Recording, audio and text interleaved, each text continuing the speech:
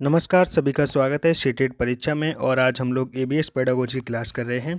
देखते हैं previous year question paper को कैसा पेपर आता है एबीएस का। आज का पहला प्रश्न है, आपके प्रधानाचार्य ने आपको कहा कि कक्षा 5 के विद्यार्थियों को शैक्षिक अवलोकन यात्रा पर ले जाएं। इस अवलोकन यात्रा को सार्थक बनाने के लिए आप अपनी योजना में क्या सम्मिलित करेंगी। ठीक है, आपसे पूछा गया है। ऑप्शन ए है, जहां जाना हो उसके बारे में जानकारी प्राप्त करने और पढ़ने के लिए विद्यार्थियों को कहना। ऑप्शन बी है, आनंद के लिए पर्याप्त भोजन और खेलों का सामान साथ ले जाएं। और ऑप्शन सी है, ये सुनिश्चित करना कि विद्यार्थी अनुशासित रहें और उस स्थान का शांतिपूर्वक अवलोकन करें।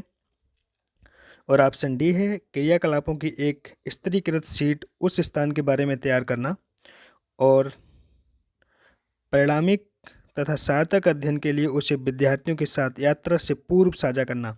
तो बताइएगा आपका कौन सा ऑप्शन राइट होगा यहाँ पर। आपका डी ऑप्शन राइट होता है। इसमें बिल्कुल डी वाला ऑप्शन राइट है। क्रियाकलापों को एक स्तरीय शीट तैयार करेंगे उस स्थान के बारे में। ठीक है, और प्रमाणिक और सार्थक अध्ययन के लिए विद्यार्थियों को क्या करेंगे, यात्रा से पूर्व साझा करेंगे। ठीक है, ये बात बिल्कुल ठीक है। अगला प्रश्न है, प्राथमिक स्तर पर पर्यावरण अध्ययन के शिक्षण में कहानियों और कविताओं का प्रभावी ढंग से उपयोग किया जा सकता है। पर्यावरण अध्ययन में इसके उपयोग का मुख्य उद्देश्य क्या होता है। ठीक है, बताया गया है आपसे पर्यावरण अध्ययन में कहानी और कविताओं को सम्मिलित करते हैं, तो उसका मुख्य उद्देश्य क्या होता है। ऑप्शन ए है, सीखने के लिए संदर्भगत वातावरण प्रदान करना। ऑप्शन बी है, पाठकों को आनंददायक बनाना। और ऑप्शन सी है, भाषिक कौशलों को बढ़ावा देना। और ऑप्शन डी है, कक्षा की विविधता की पूर्ति।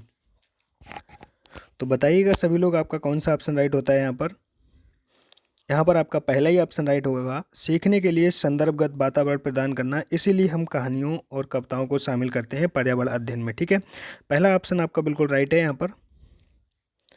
अगला प्रश्न है, एक प्राथमिक स्तर की अध्यापिका जलाभाव के विषय में अपनी कक्षा एन के बच्चों को प्रभावपूर्ण तरीके से किस प्रकार आंकेगी। ऑप्शन ए है, प्रयुक्त विषय पर एक लिखित परीक्षा का आयोजन करके। ऑप्शन बी है, यह पता करके कि उन्होंने अपने दैनिक जीवन में जल की बचत कैसे प्रारंभ की है। और ऑप्शन सी है, जल संरक्षण में पोस्टर बनवाने की गतिविधि का आयोजन करके। और ऑप्शन डी है, बच्चों को जल संरक्षण पर नारे लिखने के लिए कहकर। तो बताइएगा सभी लोग, यहाँ पर आपका कौन सा ऑप्शन राइट होता है। यहाँ पर आपका राइट ऑप्शन है बी पार्ट। यह पता करेगी शिक्षिका कि उन्होंने अपने दैनिक जीवन में जल की बचत कैसे प्रारंभ की थी। ठीक है, ये बिल्कुल बी ऑप्शन आपका राइट है। देखो, पोस्टर लगवाने की गतिविधि का आयोजन नहीं करेंगे। ठीक है, प्राथमिक स्तर पर लिखित परीक्षा का आयोजन नहीं करेंगे हम लोग, और नारे भी लिखवाकर आयोजन नहीं करेंगे। तो यहाँ पर आपका बी ऑप्शन राइट होता है। अगला प्रश्न है, प्राथमिक स्तर पर मानचित्रांकन सिखाने से शिक्षार्थियों में निम्न में से किस कौशल को बढ़ावा मिलता है। अगर आप प्राथमिक स्तर पर मानचित्र पढ़ाएंगे तो किन कौशलों पर बढ़ावा मिलता है, तो ये बात आपसे पूछी गई है। पहला ऑप्शन है गणनाएं और अनुमान। ऑप्शन बी है, माप के अनुसार चित्रण करना।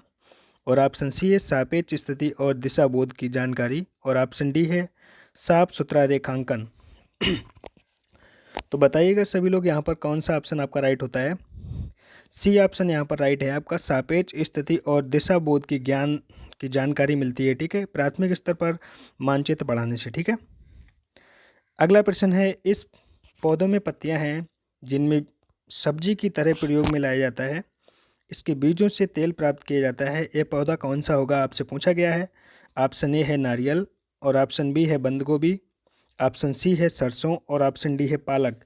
तो बताइएगा सभी लोग, कौन सा पौधा होगा वो। तो यहाँ पर आपका राइट आंसर होता है सी पार्ट। ये सरसों का पौधा है। इसकी जो पत्तियाँ होती हैं वो सब्जी के प्रयोग में लाई जाती हैं, और इनके बीजों से तेल निकाला जाता है। ठीक है, जिसे सरसों का तेल बोला जाता है। अगला प्रश्न है, निम्नलिखित में से कौन सा मच्छरों से होने या फैलने वाले रोगों का समुच्चय है। ऑप्शन ए है हैजा डेंगू मलेरिया। और ऑप्शन बी है चिकनगुनिया डेंगू मलेरिया। और ऑप्शन सी है चिकनगुनिया हैजा मियादी बुखार। और ऑप्शन डी है चिकनगुनिया मलेरिया मियादी बुखार। तो बताइएगा सभी लोग, ऑप्शन कौन सा राइट होगा आपका।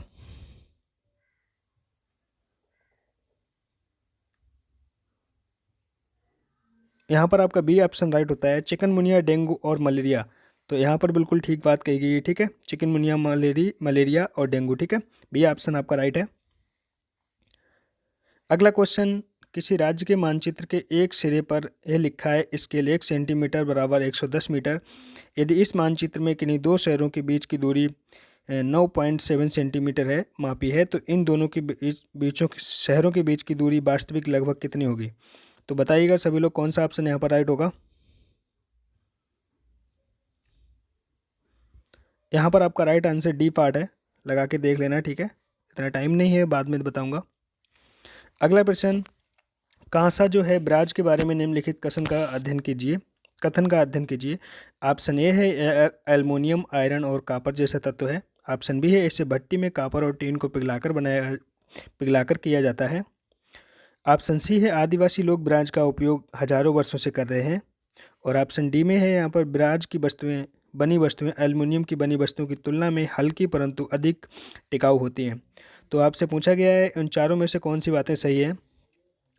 ऑप्शन ए है केवल बी और सी, ऑप्शन बी में है ए, बी और सी, ऑप्शन सी में दे रखा है बी, सी और डी, और ऑप्शन डी में है केवल ए और डी।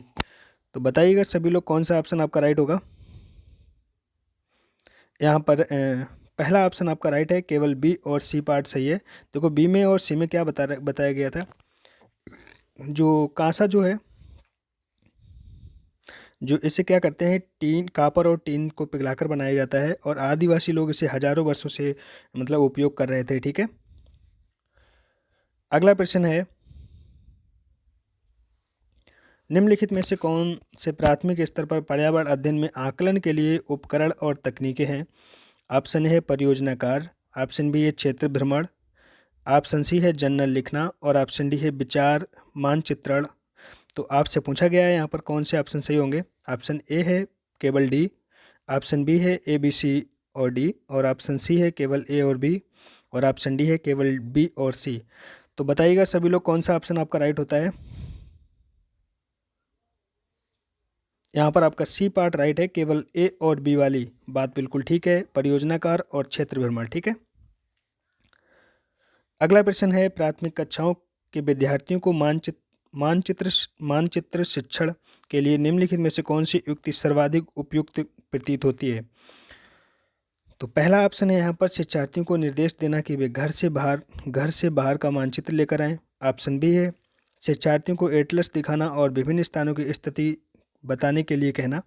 ऑप्शन सी है शिक्षार्थियों की सहायता करना कि वे अपने ही संकेतों का उपयोग करते हुए अपने निकटतम परिवेश का मानचित्र बनाएं तथा वस्तुओं की सापेक्ष स्थिति और दिशा पर ध्यान केंद्रित करें।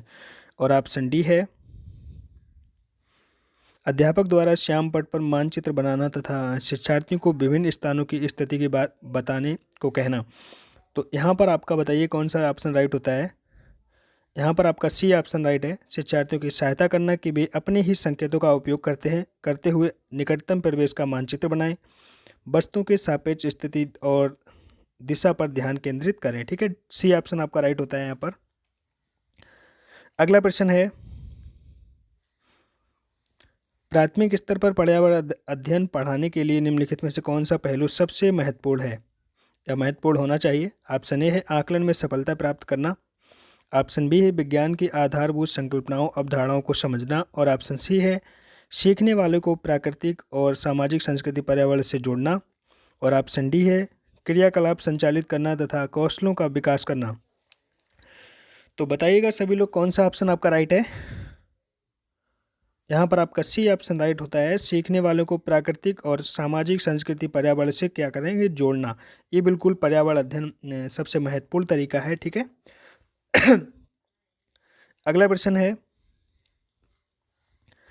पर्यावरण अध्ययन के शिक्षण से उन प्रक्रियाओं और कौशलों को बढ़ावा दिया जाना चाहिए जो पृथक आधारित प्रत्यक्ष अनुभवों के केंद्र बिंदु हैं। निम्नलिखित में से कौन सा एक ऐसा कौशल नहीं है। तो आपसे यहाँ पर नहीं वाला पूछा गया है। ऑप्शन ए है निर्धारण, और ऑप्शन बी है निष्कर्ष निकालना, और ऑप्शन सी है अवलोकन, और ऑप्शन डी है पूर्वानुमान। तो यहाँ पर आपका राइट आंसर होता है, बताइएगा सभी लोग। तो यहाँ पर आपका ए पार्ट राइट है, निर्धारण। देखो निष्कर्ष निकालना भी अच्छा होता है, अवलोकन भी और पूर्वानुमान, ये तीनों बातें ठीक हैं। ये ए पार्ट नेगेटिव था यहाँ पर। पहला ऑप्शन आपका राइट होता है। अगला प्रश्न है, मिजोरम में की जाने वाली झूम खेती के विषय में निम्नलिखित कथनों का अध्ययन कीजिए। ऑप्शन ए है, एक फसल को काटने के पश्चात भूमि कई वर्षों तक खुला छोड़ देते हैं। ऑप्शन बी है, इस भूमि पर उगने वाले बांस और खरपतवार काट कर जला दिया जाता है। और ऑप्शन सी है, बीज बोने से पहले भूमि की गहरी जुताई की जाती है।